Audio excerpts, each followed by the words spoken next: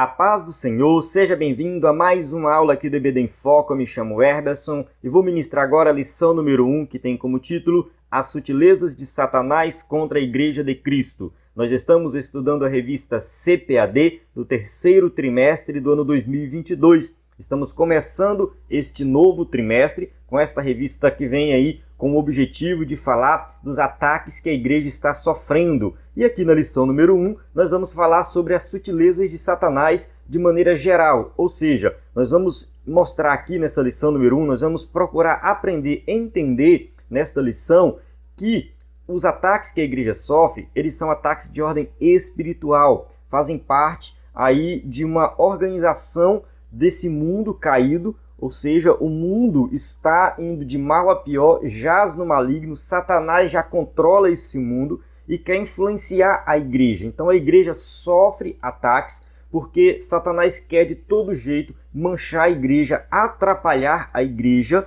mas nós sabemos que somos mais do que vencedores.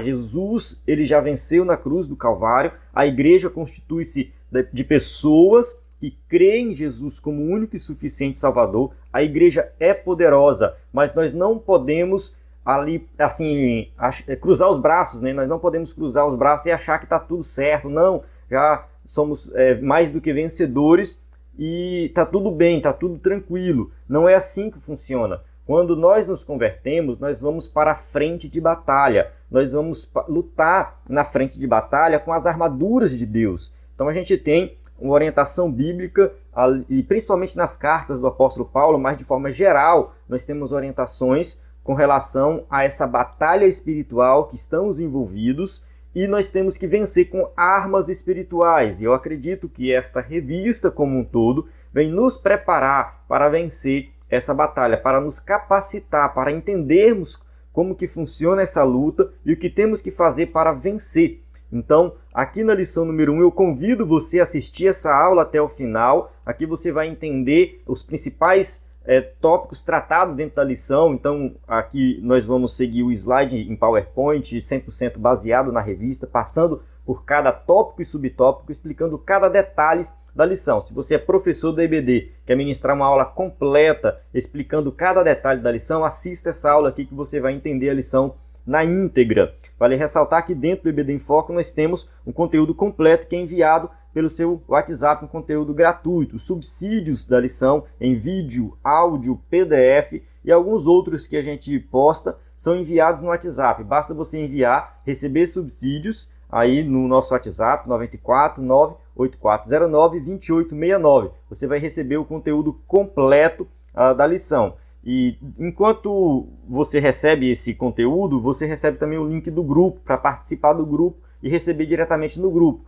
Então nós temos aula em vídeo, áudio e PDF, temos o slide em PowerPoint, o slide que é usado aqui no YouTube e também no site do EBD em Foco, ou seja, este slide desta aula aqui que você está assistindo, tanto faz você está assistindo no YouTube ou dentro do site do EBD em Foco, você vai usar na sua igreja. Além dos slides, no caso que fazem parte do plano de assinatura, o slide faz parte do plano de assinatura, você tem também sermões em PDF, cursos diversos, enfim, você tem uma grande quantidade de conteúdo que vai te ajudar aí a preparar bem uma aula e ministrar uma aula com excelência, porque você vai chegar bem preparado e com um recurso didático de excelência. Então acesse ebdenfoco.com ou envie uma mensagem no nosso WhatsApp. Vamos para o texto áureo da lição que diz assim, ó: Mas o Espírito expressamente diz que nos últimos tempos apostatarão alguns da fé, dando ouvidos a espíritos enganadores e a doutrinas de demônios. 1 Timóteo 4:1. Verdade prática, de forma sutil e sorrateira, o diabo desfere ataques à igreja. É preciso que cada crente saia ao combate com as armas espirituais dadas por Deus. Então, cada crente está agora na linha de frente da batalha espiritual. Só que nós temos que chegar lá, nessa linha de frente, com as armaduras espirituais, com as armas de Deus. Entende? A gente não pode ir com armas humanas. É uma batalha espiritual. Então, nós temos que entender como que como que devemos nos posicionar diante dessa guerra espiritual. A leitura bíblica em classe se encontra em 1 Timóteo 4, de 1 a 5. Essa leitura bíblica ela vai ser explicada durante a lição. A gente avança aqui para ganhar tempo no vídeo. E assim, eu gravei um vídeo fazendo a introdução à lição, à revista como um todo. Este vídeo está disponível no YouTube e, enfim, eu vou deixar disponível também o link dele na descrição aqui para você assistir. Nesse vídeo eu falo da revista como um todo. E tem também o vídeo de aula antecipada. Esse vídeo de aula antecipada eu gravei e postei antes dessa aula aqui, justamente para ir te preparando já para a aula mais completa e fornecendo vários materiais. Então, no vídeo de aula antecipada tem muito material disponível na descrição dele. Então, você pode assistir também esse vídeo e baixar esse material. Tá tudo isso preparando para você para essa lição de forma mais completa. E ainda vou gravar o vídeo de destaque da lição. Então, é muito conteúdo para te ajudar a entender a lição. Então, se você tiver alguma dúvida, deixe seus comentários aí, deixe nos comentários. Estou com dúvida, não entendi essa parte, gostaria que explicasse melhor isso. E a gente está aqui sempre procurando pegar aí o feedback dos irmãos, das irmãs, né, para produzir um conteúdo de mais qualidade. Então, vamos lá, né? Vamos começar aqui, mas só reforçando, sempre na descrição do vídeo tem um conteúdo extra, um material extra, tem um artigo, alguma coisa que vai te ajudar.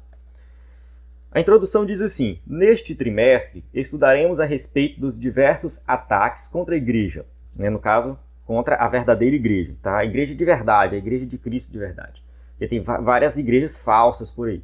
Isso acontece porque Satanás sempre se opôs ao povo de Deus, tanto na antiga quanto na nova aliança. Então Satanás, ele sempre vai se opor ao que é bom. Tudo que é bom, tudo que vem de Deus, Satanás vai se opor. Ele é o adversário, ele é o inimigo. Ele só sabe falar a mentira, ele só sabe usar de engano, ele só sabe atrapalhar. Ele não consegue fazer mais nada diferente disso. Então, fora do contexto bíblico, a igreja sempre experimentou a oposição do diabo. Eu confesso que eu não entendi bem esse texto do escritor da revista aqui, porque ele colocou fora do contexto bíblico. Eu não sei se é porque ele está falando da igreja fora, enfim, não entendi. Eu confesso que não entendi. É porque aqui no slide, eu só explicando para os irmãos, no slide eu coloco o texto da revista, justamente para que quem for usar o slide, se achar melhor, modifica. Eu, no caso, não tirei, né, porque eu uso o slide na íntegra aqui, mas eu tiraria isso aqui numa aula na igreja, porque eu não entendi o que ele quis dizer fora do contexto bíblico. Mas enfim, nem sempre esses ataques acontecem da mesma forma, com a mesma metodologia ou a mesma intensidade. Contudo, o agente por trás desses ataques é sempre o mesmo, Satanás. Então, de maneira geral, o que eu entendi aqui na introdução é que os ataques que a igreja sofre são ataques que vêm de uma mesma metodologia, de uma mesma intensidade. Então, com o passar do tempo, eles vão mudando o formato. O ataque que a igreja sofre é diferente no passar do tempo, em épocas diferentes, culturas diferentes. Mas sempre quem está ali organizando e estruturando tudo isso é Satanás, é o inimigo, é o adversário. Então, ele sempre vai estar ali por trás de tudo que acontece contra a igreja. Tópico 1. A igreja sob ataque. 1.1. A sutileza do ataque. Um fato de fácil constatação é que a oposição sistematizada às verdades cristãs crescem nas últimas décadas em escala exponencial. Então, assim, muitas igrejas têm sofrido perseguição, em alguns países as igrejas são queimadas, enfim, tem muita coisa assim acontecendo contra a igreja no mundo, e isso tem crescido ultimamente, tem se intensificado. Então não é que isso seja uma novidade, não é coisa dos dias de hoje, sempre aconteceu, mas ultimamente tem aumentado. Se em anos passados as perseguições e conflitos bélicos eram instrumentos usados, hoje acontece de forma mais sutil. Então a gente tem, em anos anteriores, eu também não entendi qual período que o escritor da revista estava se referindo, esse anos passados, eu não entendi. A imagem aqui no nosso slide, nós colocamos uma imagem lá da época do Império Romano. Mas assim, o que eu quero que a gente entenda aqui é que a igreja sempre passou por perseguição. E a questão de dizer assim, conflitos bélicos, ainda existe nos dias de hoje perseguição contra os cristãos usando armas em países, principalmente países muçulmanos. de maioria muçulmana, quem se converte corre o risco muito grande de morrer, de ser, né, assassinado.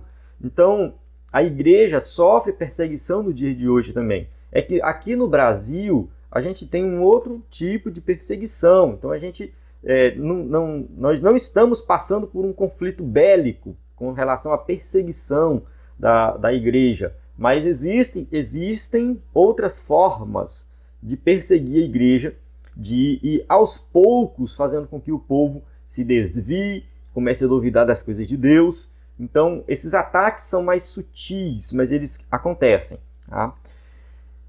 No caso, elas ocorrem, por exemplo, com a normalização de comportamentos e práticas contrárias à fé. Então, a gente vê aqui que a perseguição muitas vezes ocorre nesse sentido.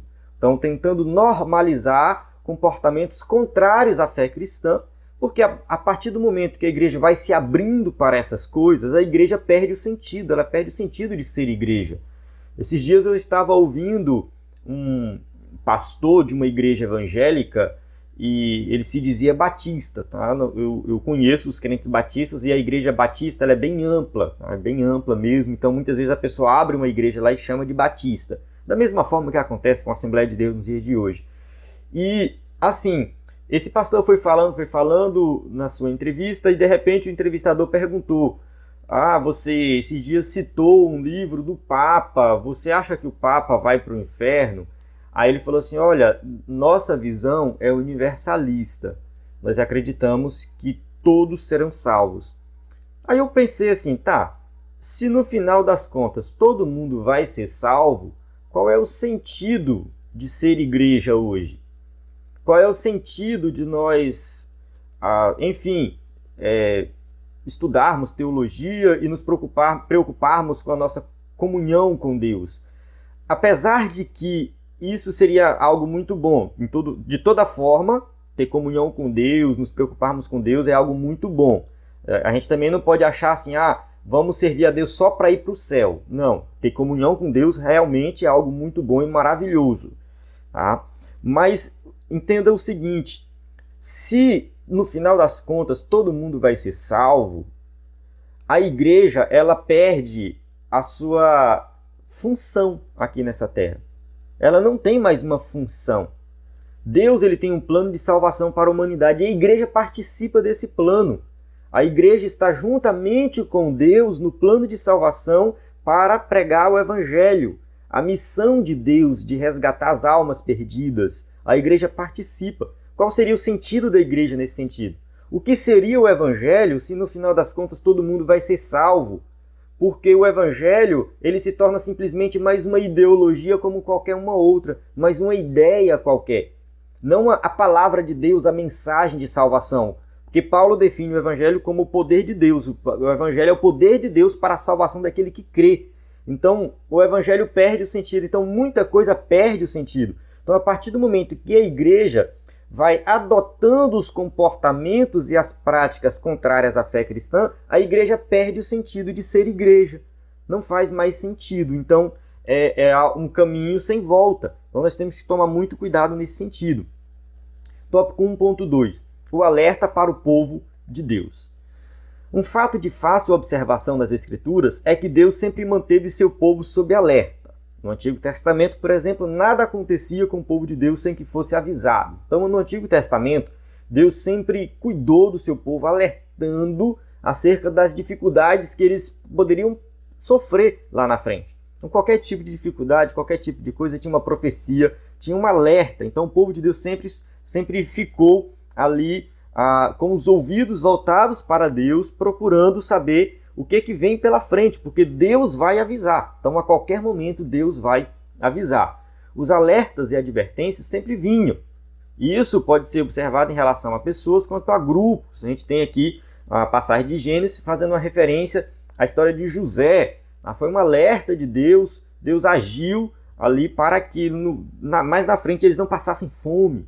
Então, Deus trabalhou nesse sentido. Então, durante a monarquia, esses avisos e advertências vieram de uma forma muito mais intensa, através do ministério dos profetas. Então, os profetas Daniel, Ezequiel, Jeremias, Isaías, todos eles profetizaram ali para os reis, para a nação, de forma geral para o sistema religioso, enfim, os profetas traziam uma palavra de Deus com vários propósitos, vários objetivos, e um desses objetivos era alertar contra alguma coisa que poderia acontecer mais na frente.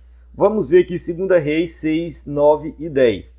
Mas o homem de Deus, no caso aqui Eliseu, enviou ao rei de Israel dizendo: guarda-te de passares por tal lugar, porque os sírios desceram ali. Pelo que o rei de Israel enviou àquele lugar de que o homem de Deus lhe falara e que o tinha avisado, e se guardou ali, não uma nem duas vezes. Então aqui a gente observa um contexto bem específico na nação de Israel, em que o profeta avisa para o rei: olha, não vai para tal lugar, porque ali tem o inimigo. Então isso aqui é só um exemplo de que Deus está sempre alertando o seu povo. Na sua primeira carta a Timóteo, Paulo escreveu sobre o grande alerta que o Espírito Santo dava à igreja. Então ele começa assim: o Espírito expressamente diz. 1 Timóteo 4:1 faz parte da nossa leitura bíblica em classe. Então aqui está bem claro que o Espírito que diz, não é qualquer um que diz. Então o advérbio grego retos, traduzido como expressamente, possui o sentido de claramente, sem sombra de dúvidas. Então o Espírito está mostrando para o povo de Deus os perigos e o certo. Então isso aqui é Paulo escrevendo, inspirado pelo Espírito Santo, dizendo: olha, o Espírito está mostrando claramente, porque sem sombra de dúvidas, tais coisas vão acontecer. A igreja vai passar por esses ataques aqui. Tópico 1.3. A igreja na reta final. A sutileza de Satanás ao atacar a igreja de Cristo é um fato claramente revelado pelo Espírito Santo. Então, não adianta a gente ficar assim: porque eu não sabia que isso ia acontecer. Olha, nós fomos pegos de surpresa. Como assim? A igreja está passando por isso? Meu Deus, que absurdo. Não, isso aí nós já fomos alertados. Basta ler a Bíblia. Leia a Bíblia que você vai ver que já está lá registrado. Então Deus preveniu a igreja de que isso aconteceria. Não há razão, portanto, para surpresas. Foi previsto e registrado nas Escrituras. Então basta nós lermos. Além desse fato, o Senhor também mostra que isso aconteceria nos últimos tempos. 1 Timóteo 4:1 ainda, diz assim o versículo por completo: mas o Espírito expressamente diz que nos últimos tempos apostatarão alguns da fé, dando ouvidos a espíritos enganadores e a doutrinas de demônios. Então a gente observa aqui que o Espírito diz que nos últimos tempos. Então a expressão últimos tempos é uma referência ao período compreendido como sendo a era da igreja. Então a gente tem o Antigo Testamento, a gente tem ali a vinda de Cristo, Jesus viveu, morreu, ressuscitou. Aí nós temos um período entre essa primeira vinda de Cristo e a segunda vinda de Cristo, que seria ali a vinda de Jesus em glória, a volta de Jesus lá no final de todas as coisas. Depois vem o milênio e tudo mais. Então a gente tem esse período no meio que é chamado de era da igreja. Aqui eu confesso que há um certo debate entre alguns teólogos. Alguns dizem que o fim dos tempos começou quando Jesus subiu aos céus. Alguns vão defender essa ideia. A gente vê, se você vê um vídeo do Hernandes Dias Lopes ou ler alguma coisa dele, você vai ver ele sempre falando isso. A gente fala assim: não, os últimos tempos já começou ali. Alguns vão dizer: não, os últimos tempos é agora. A igreja primitiva não viveu os últimos tempos, a gente está vivendo isso agora. Eu acredito que começou realmente lá na igreja primitiva. Eu defendo essa visão. Isso não é bem definido na Bíblia, mas ao mesmo tempo que essa expressão aqui, últimos tempos, a expressão traduzida como últimos tempos, ela faz referência, porque aqui o tempo, aqui a palavra tempo é kairos, viu? Tempo kairos. Então, é um período de tempo não definido assim, é essa data aqui específica. Não. Então, é uma referência a algo posterior, a algo que vem mais na frente, mas ao mesmo tempo, algo que as pessoas já estão vivendo ali. Então, quando Paulo escreve a Timóteo, olha, nos últimos tempos, Paulo não está falando assim para Timóteo: olha, Timóteo, não se preocupe agora, porque isso só vem depois que tu morrer. Lá para frente, só daqui 2000 anos. Paulo não está falando isso para Timóteo. Paulo está dando um alerta para Timóteo naquele momento. Olha, Timóteo, os últimos tempos é aqui e agora. Então, naquela época, Paulo já estava alertando Timóteo: nós já estamos nos últimos tempos, Timóteo. Então aqui, ó, os últimos tempos vai acontecer isso, isso, isso. Porque o que Paulo escreve a Timóteo é um alerta para aquela igreja. Mas ao mesmo tempo, essa frase se refere a um período futuro da igreja, que nós estamos vivendo agora. Então a gente pode entender isso como algo progressivo, algo que já acontecia na igreja primitiva e foi intensificando. Então esses ataques, esses problemas que a igreja sofre, eles foram se intensificando com o passar do tempo. Então os últimos tempos começaram sim na igreja primitiva e estão intensificando cada vez mais. Então nós estamos vivendo realmente um período de, assim, muito mais sofrimento, perseguição do que a igreja primitiva. Porque a igreja primitiva os crentes eram perseguidos e eram mortos. Também hoje são. Alguns países, muitos crentes são mortos porque pregam o evangelho, porque creem em Jesus como Salvador. Então hoje também nós estamos vivendo realmente perseguição muito mais intensa talvez do que na igreja primitiva. Nesse aspecto, o apóstolo Pedro disse que o derramamento do Espírito fazia parte dos eventos dos últimos dias. Então Pedro, ali em Atos 2,17, nos últimos dias acontecerá, diz Deus, que do meu Espírito derramarei sobre toda a carne. E o Espírito Santo foi derramado quando? Lá na igreja primitiva. Então ali começou os últimos dias. Eu acho que esse versículo aqui deixa bem claro isso. Tá? Os últimos dias começou ali na igreja primitiva. E de forma semelhante, o apóstolo Paulo descreve como os homens se comportariam nos últimos dias. Então vamos ver aqui o versículo, 2 Timóteo 3, de 1 a 5. Olha só o comportamento das pessoas.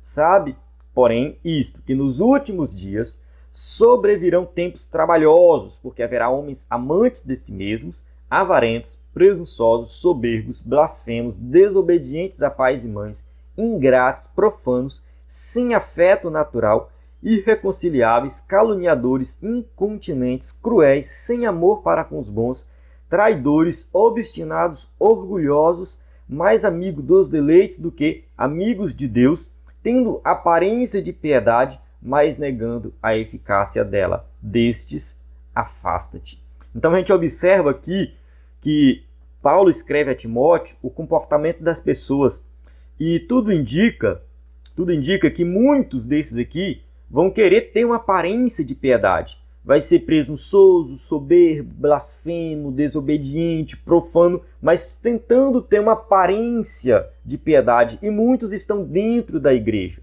Então isso aqui é um alerta para nós. Nós estudamos na última lição do trimestre anterior, lição 13, que muitos chegaram lá, Senhor, Senhor, em teu nome expulsamos demônio, em teu nome profetizamos e fizemos vários milagres e tal.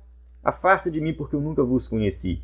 Essas pessoas estavam na igreja, mas estavam praticando essas obras aqui, obras malignas, estavam servindo a Satanás e não a Jesus Cristo. Então a precisão com que foram descritos esses sutis ataques de Satanás contra a igreja e não a referência dia e hora deveria servir de alerta máximo para nós. Ou seja, nós não temos que ficar preocupados com o momento em que esses ataques vão acontecer. Não cabe a nós ficar decidindo quando Jesus vai voltar, quando é que começou os últimos tempos. Não, esse debate ele é irrelevante. Nós temos que olhar para a descrição dos ataques de Satanás contra a igreja. E a partir daí, nós devemos ficar alertas. Então a profecia é bem clara e objetiva em descrever comportamentos, ações e práticas que marcariam esse tempo final. Então nós olhamos para as profecias, para o texto bíblico, olhamos para a sociedade e falamos assim, não tem como. Já estamos caminhando para o finalzinho. Aqui já é as últimas batidas do relógio. Jesus pode voltar a qualquer momento. Se o apóstolo Paulo, que viveu há quase 2000 anos, disse já vivenciar os últimos dias, olha só o que Paulo diz aqui em 1 Coríntios 10 e 11. Ora, tudo isso lhe sobreveio como figuras e estão escritas para aviso nosso, para quem já são chegados os fins dos séculos. Então a referência de Paulo é naquela época deles. Nós estamos vivendo aqui já os fins dos séculos. O que a igreja pode dizer dessa presente época? Então, se naquela época de Paulo já era o fim, imagina hoje. O que a igreja pode dizer? Não estaríamos na reta final, na última volta da corrida? Então, nós já estamos chegando. É a chegada. No caso, a referência que o escritor colocou aqui é uma corrida, né? Numa corrida de uma pista de atletismo que tem que ficar dando voltas, nós já chegamos na última volta. Quem já acompanhou uma corrida na pista de atletismo pela televisão, por exemplo, sabe que toca um sininho quando chega na última volta, alertando os corredores, porque eles dão 12 voltas, 26 voltas, aí o árbitro fica lá com o sininho, ó, pim, pim, pim, pim, chegou na última volta. Esse sininho já tocou para nós. Nós já chegamos na reta final. Então nós temos que nos preparar. Então vamos aqui para o tópico 2, a natureza do ataque. 2.1. O ataque é de natureza espiritual. Em sua exposição, o apóstolo faz referência a espíritos enganadores e demônios. Então, está bem claro o texto aqui de 1 Timóteo 4:1, tá? Dando ouvidos a espíritos enganadores e a doutrinas de demônios. Não há dúvida, nenhuma dúvida, que é uma referência aos espíritos maus, que, no caso, também são chamados de demônios. Então, Jesus foi tentado por Satanás, Jesus expulsou vários demônios. Então, a gente sabe que os demônios é uma realidade, tá? São seres espirituais. Então, na descrição do vídeo, eu vou deixar o link para as aulas que a gente teve numa revista anterior, acho que foi 2019, que fala sobre a batalha espiritual. E lá tem aulas falando sobre essa questão dos demônios, tem vários conteúdos relacionados a esse tema. Eu acho bem interessante você, quem sabe, dar uma revisada nessa revista anterior. Então tem lá essas aulas e você pode entender melhor. Então, assim, são seres espirituais que têm o objetivo de atacar a igreja de Cristo, de afastar os crentes da igreja, afastar os crentes de Deus. Porque, assim, Satanás não está preocupado com as pessoas do mundo. As pessoas do mundo já pertencem a ele. As pessoas do mundo já estão nas garras dele. Já estão com ele. O problema de Satanás, a raiva dele é dos crentes. Ele vai procurar atacar os crentes. É aqui que nós entramos com as nossas armas espirituais. Isso revela a natureza dos agentes envolvidos nos ataques que são feitos à igreja. Satanás e seus demônios. Os maiores inimigos da igreja são seres sobrenaturais. Nesse sentido, podemos também dizer que a natureza desse ataque é espiritual. De fato, ao escrever aos Efésios, o apóstolo Paulo diz que a nossa luta não é contra carne e sangue, mas contra principados e potestades do mal. Então, nós temos que nos preparar para essa batalha espiritual. Não é contra carne e sangue. Não, nós não vamos vencer a batalha espiritual com armas carnais, com atitudes carnais, mas sim com armas espirituais. É através da oração, do jejum, é através da palavra, pregação do evangelho. Nós temos que ler Efésios. Leia Efésios, assista às aulas que eu vou deixar na descrição, que fala sobre essa armadura de Deus, que você vai entender melhor essa questão da batalha espiritual. Eu penso que se você fizer um estudo mais completo sobre a batalha espiritual, na lição número 1, isso vai te ajudar muito nas próximas lições. Tópico 2.2. O ataque é de natureza moral. Outra coisa a ser levada em conta quando se trata dos ataques de Satanás à igreja é que esse ataque é um ataque moral. Isso mesmo, um ataque de natureza moral. O apóstolo faz referência a pessoas que se comportam de forma hipócrita e que também são mentirosas. Então, 1 Timóteo 4:2, pela hipocrisia de homens que falam mentiras, tendo cauterizado a sua própria consciência. Então, esses comportamentos se encontram na esfera moral. A esfera moral é onde a pessoa começa a corromper aquilo que é certo, aquilo que é correto. Em vez de falar a verdade, agora vamos falar a mentira. Vamos enganar, vamos ser hipócritas. Então, esse é o comportamento de quem já está do lado do inimigo, tá? Pela hipocrisia de homens que falam mentiras e já tem a sua própria consciência cauterizada. Na verdade, a hipocrisia e a mentira são manifestações inversas das virtudes morais cristãs, da autenticidade e da verdade. A operação do erro sempre trabalha com a falsidade e com o engano. Então, sempre que você vê mentiras, pessoas mentindo, pessoas, compartilhando fake news e produzindo mentiras para deturpar alguma coisa, para enganar, isso aí tem algo satânico por trás, tem algo demoníaco por trás, tem alguma coisa errada ali. porque são manifestações das coisas de Satanás. Então estão tentando inverter os valores e colocar a mentira como sendo mais importante do que a verdade. Então Paulo também demonstra a esfera moral desse ataque quando faz referência àqueles que têm cauterizada a sua própria consciência. Então o termo aqui, suneidesis, que é traduzido como consciência, é uma referência à capacidade humana de julgar, de entender o certo e o errado. Então a pessoa já está com sua mente cauterizada, marcada de tal forma que ela não consegue mais discernir o certo e errado. Em outras palavras, é a faculdade humana por meio da qual se distingue o que é moralmente bom ou ruim. Então a consciência é que vai definir isso. O que é bom, o que é ruim, o que é certo e o que é errado. Então uma consciência cauterizada significa dizer que ela se tornou insensível para julgar entre o certo e o errado. Ela não consegue mais fazer isso, então tudo se torna relativo. Aí entra o relativismo que o mundo tanto fala. Porque o que é certo? O certo é aquilo que te faz bem. O certo é aquilo que você acha que é melhor para você mesmo.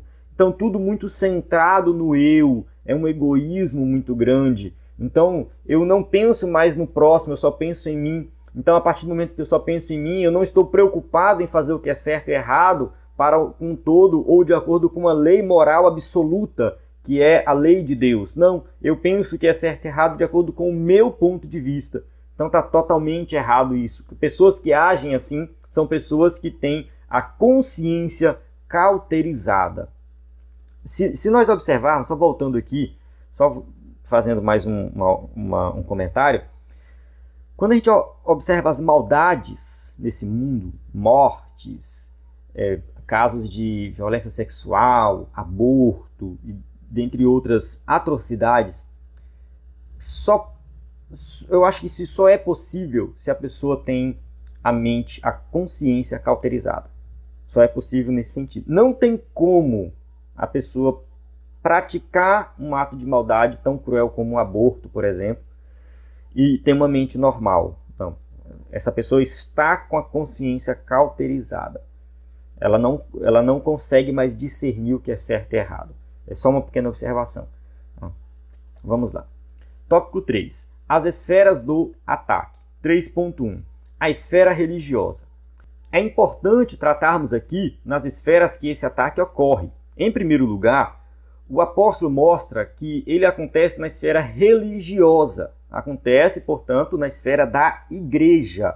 Então, os ataques de Satanás não estão lá no mundo. O mundo jaz no maligno, o mundo já pertence a ele. Satanás não tem que atacar o mundo, porque o mundo já está na mão dele, já faz tudo que não presta. Então, o ataque vai acontecer contra a igreja. O que diz o texto? Apostatarão alguns da fé. Então, não há dúvidas de que o apóstolo, no caso Paulo, está se referindo a cristãos professos que sucumbiram ao ataque do diabo. E o que é pior, agora estão a serviço dele. Então, a apostasia significa o quê? Se afastar, você abandonar algo que você tinha. Aqui o pessoal pode querer entrar num debate que envolve a questão do calvinismo e arminianismo, se é possível não perder a salvação, o que significa apostatar da fé. Eu penso que esse debate ele perde o foco do que o texto bíblico está dizendo. Eu vou deixar disponível um artigo do pastor Clayton Kunz. Esse artigo eu tenho ele num livro físico aqui, um livrinho da Fabapá, que foi publicado esse artigo. Eu procurei ele online e não achei, que fica mais fácil a gente postar online.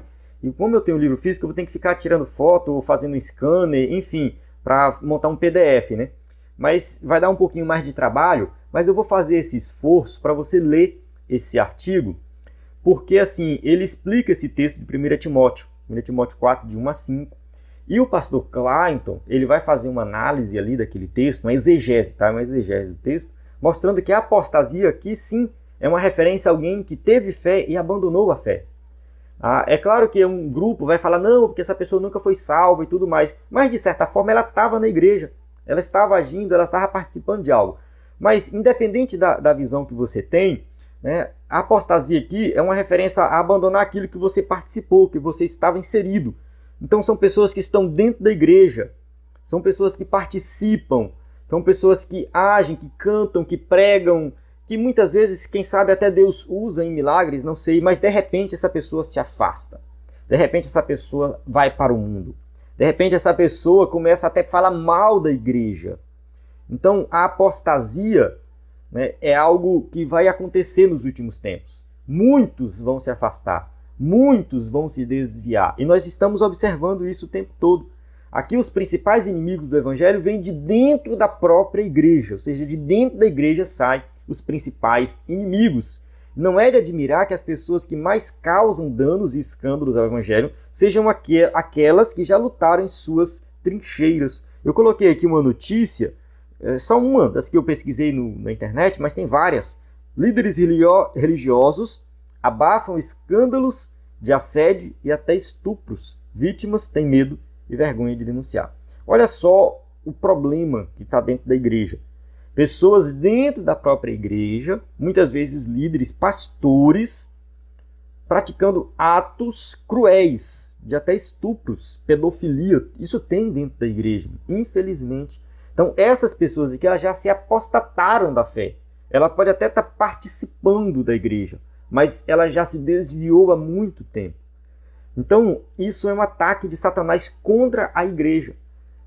De tempos em tempos, ou tempos em tempos não, vamos colocar assim, todos os dias, tem notícias de pastores, de líderes religiosos de forma geral, evangélicos, que se envolveram em algum tipo de escândalo.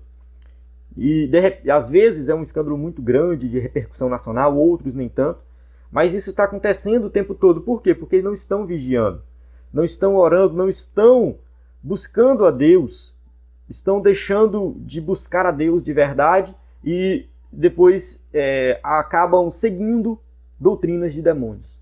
Acabam seguindo comportamentos contrários à fé cristã. Mas isso aqui a gente não precisa ficar preocupado. Já estava previsto nas Escrituras. Contudo, por alguma razão, abandonaram a fé e se tornaram inimigos da igreja. Certamente você conhece alguém assim. Então, só completando aqui o texto que a gente começou anteriormente, né, falando que muitos que participaram, de repente, abandonaram. Com certeza absoluta você conhece alguém que se desviou e hoje, quem sabe, até fala mal da igreja. Tópico 3.2. A esfera social. Outra esfera do ataque de Satanás à igreja é a social. Isso pode ser visto na expressão de Paulo, proibindo o casamento. É uma forma de dizer que o diabo se opõe à família. Então o diabo se opõe a tudo aquilo que Deus criou, tudo aquilo que Deus constituiu e colocou como bom. Então ele vai proibir o casamento. Sem dúvida, a família é uma das mais importantes instituições sociais que existem, se não a mais. Então nós temos aqui, né, aquilo que guia a sociedade, que é a família, uma família organizada, uma família estruturada. Mas nesses últimos anos temos visto Satanás e seus demônios atacando com muita fúria a família brasileira, especialmente a cristã. Estamos sob fogo cerrado. Então a família, muitas vezes, ela tem sido alvo de ataque e de várias formas mesmo. A gente vai falar mais na frente sobre a questão do divórcio, a gente vai tratar sobre a questão de união homossexual, a gente vai tratar de várias situações em lições mais à frente, falando dos ataques à família, ideologia de gênero, dentre outras coisas. Então, as mais variadas leis e decretos têm sido criados com o intuito de desconstruir a família. Aqui eu vou abrir um parênteses e fazer uma explicação da seguinte maneira. A igreja, ela vive num reino diferente. Ela não vive no reino, ela está no reino dos homens, submetida às leis humanas. Tá aí as leis humanas. Mas a igreja vive no reino de Deus. E a lei do reino de Deus é diferente, ela é superior. Então, se a lei que nós temos permite alguém casar e divorciar quantas vezes quiser, a lei de Deus não. Então nós temos que seguir a lei de Deus. Por mais que tenha leis e decretos criados pelos homens, que são contrárias à lei de Deus, nós vamos seguir a lei de Deus. Então a igreja, ela está imune a essas leis, porque ela segue uma lei diferente. Mas se ela não vigiar e começar a seguir a lei dos homens, aí complica, né? Vamos colocar assim, porque aí ela vai estar, no caso, cedendo aos ataques de Satanás. Então a gente tem que olhar para o que a Bíblia diz acerca da família, acerca do casamento, acerca da criação dos filhos, acerca da orientação sexual, o que a Bíblia diz, e seguir o que a Bíblia diz, não seguir o que a lei dos homens está dizendo. Precisamos acordar para essa realidade, pois atacando a família, Satanás atinge a igreja. Famílias fracas, igrejas fracas. Tópico 4. A igreja protegida. Então a gente vai falar agora, né, das armas que nós temos para lutar. Tá? A igreja ela realmente tem assim, todo o apoio de Deus, vamos colocar, né, todo o apoio de Deus para lutar nessa guerra. Mas nós temos que nos posicionar. Tá? A igreja tem que saber se posicionar nesse sentido. 4.1. A exposição da palavra de Deus. O apóstolo Paulo põe duas importantes armas ou ferramentas capazes de neutralizar os ataques do diabo. A palavra de Deus e a oração. Está bem claro no texto. Porque pela palavra de Deus e pela oração é santificada. Então a gente tem aqui tudo que a gente precisa. Infelizmente, as igrejas hoje deixaram de pregar o evangelho, deixaram de pregar a palavra, deixaram de ter uma mensagem expositiva que tem como objetivo expor o texto bíblico. Uma boa parte dos pregadores, não vou dizer todos, mas uma boa parte deles, chegam no púlpito e grita, pula, rodopia, fala um monte de coisa, mas não prega a Bíblia. Não lê um versículo só para dizer que leu, mas não explica a passagem bíblica. Nós temos que nos voltar para a palavra. Então, pregar a palavra é fazer uma exposição da palavra. A gente tem que seguir esse caminho. Ela é o antídoto contra o ascetismo e toda forma de culto falso que o diabo possa criar. Então, a palavra de Deus ela vai ser contrário a todo tipo de ensino maligno. A igreja tem que estar preparada, mas como que ela vai se preparar? Através da palavra. Paulo escreveu aos Efésios que a palavra de Deus é a espada do Espírito. Sem essa palavra estaríamos desarmados, ou seja, ela é uma arma de ataque, que serve também como defesa. A espada ela serve como defesa e ataque, mas a principal função da espada é atacar. Então, a palavra de Deus ela serve para nós gritarmos para o mundo como que nós nos comportamos. Falarmos para o mundo é através da palavra. Olha, é aqui que nós nos posicionamos. É assim que nós devemos agir. Nós somos igreja, isso aqui é que vai nos guiar. Não há dúvida de que o maligno tem levado vantagem sobre muitos cristãos, porque estes não demonstram perícia no manuseio da palavra de Deus. Então, a vantagem do maligno não é sobre a igreja, é sobre os crentes que não leem a palavra. Então, esses estão em desvantagem, esses crentes, porque a palavra de Deus não está servindo de base para a sua vida. Tópico 4.2. A prática da oração.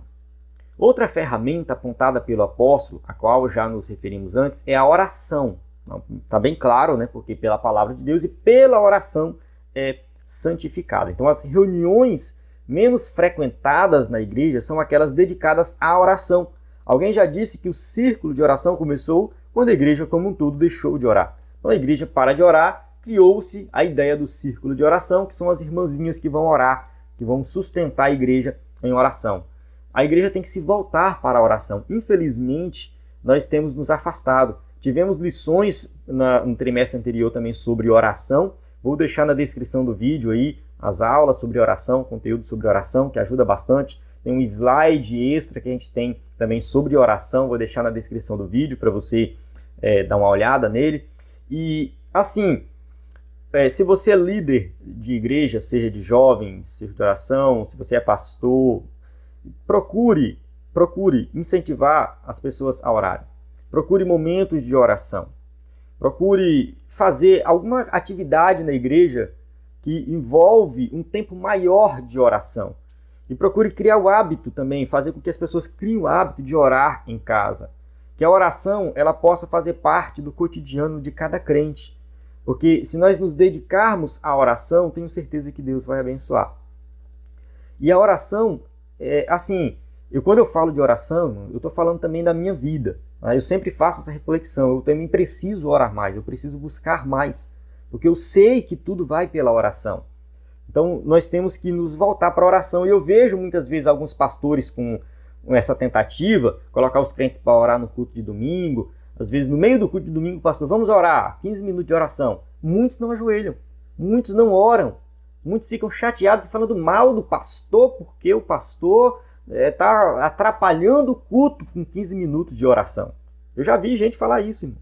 Infelizmente. Eu penso que quando o pastor começar a colocar o povo para orar, ele vai começar a separar os crentes verdadeiros dos falsos crentes. Começa por aí.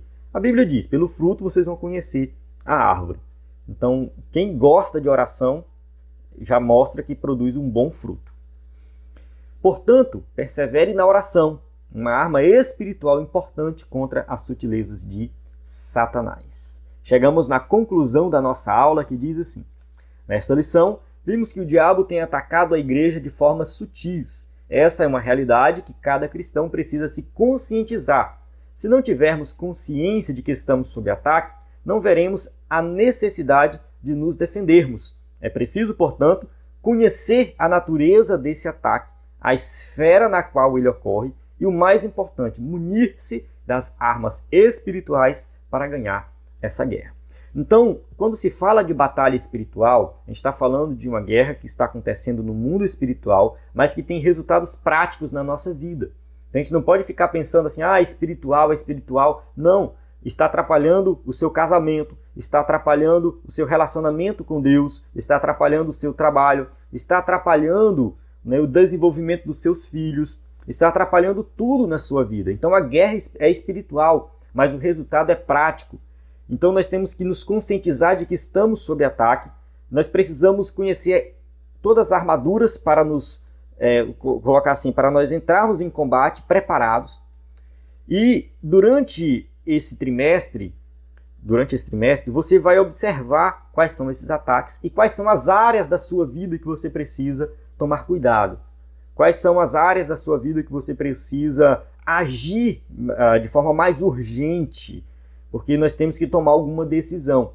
Então, durante este trimestre, eu convido você a acompanhar as aulas da IBD em Foco, seja você professor ou aluno da IBD, vá na IBD da sua igreja, participe com os irmãos, desenvolva projetos de tal forma que todos possam ter consciência desses ataques e que a igreja, de forma geral, possa se voltar contra esses ataques, defendendo e mostrando, se posicionando de uma maneira diferenciada. Amém? Então, chego aqui no final. No caso aqui tem algumas informações, tem as perguntas, as respostas para quem vai usar o slide na sua igreja. E mais uma vez, reforçando o nosso conteúdo, nós temos o conteúdo gratuito, que é aula em vídeo, áudio e PDF. E nós temos o conteúdo que faz parte da assinatura, que são os slides em PowerPoint, sermões e cursos. Então, na plataforma EBD em Foco, você tem tudo o que precisa para ministrar uma aula de excelência na EBD. A paz do Senhor, até a próxima aula.